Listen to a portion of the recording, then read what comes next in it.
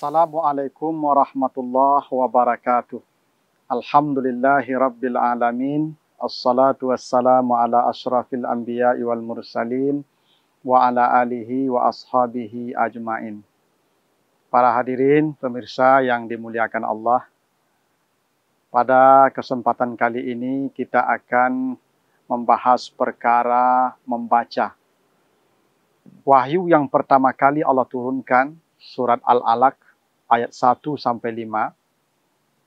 Di sana Allah tidak memerintahkan manusia untuk melakukan ibadah seperti salat, puasa, zakat, dan sebagainya. Justru yang pertama kali diperintahkan Allah kepada manusia adalah agar manusia membaca. Firman Allah, Iqra bismi rabbikal ladzi khalaq. Bacalah dengan menyebut nama Tuhanmu yang telah menciptakan. Kenapa Allah memerintahkan manusia pertama kali membaca? Karena Allah ingin risalah pertama yang disampaikan Nabi Muhammad kepada manusia adalah mengubah cakrawala dan pandangan hidup umat manusia. Karena itulah, Iqra Allah tidak menyebutkan dengan objek.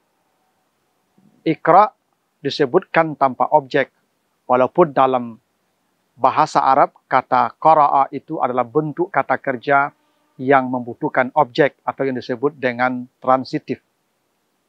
Kenapa Allah tidak mengatakan Iqra al-kitab, Iqra al-Quran, tetapi Iqra mutlak tanpa objek, agar manusia membaca apa saja yang bisa dibaca, baik yang sifatnya tertulis maupun yang sifatnya tidak tertulis. Karena itulah, bacaan itu yang penting adalah Bismi rabbikal ladzi khalaq. Bagaimana manusia dekat dengan Tuhannya dengan bacaan itu. Seorang dokter yang melakukan pembedahan terhadap pasiennya, ketika dia meneliti organ-organ tubuh manusia, dia baca dengan teliti. Di situ dia menemukan kebesaran Tuhan, maka sesungguhnya dia sedang melakukan Iqra.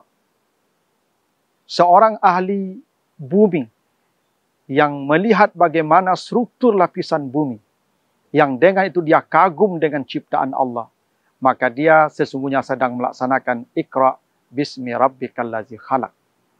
Karena itulah, di dalam Al-Quran kata ulama tidak selalu dikaitkan dengan orang yang hafal Quran, orang yang mengerti bahasa Arab, orang yang hafal hadis. Tidak. Kata Allah, innama yakhshallah min ibadihi al-ulama. Ulama itu adalah orang yang memiliki rasa takut kepada Tuhannya.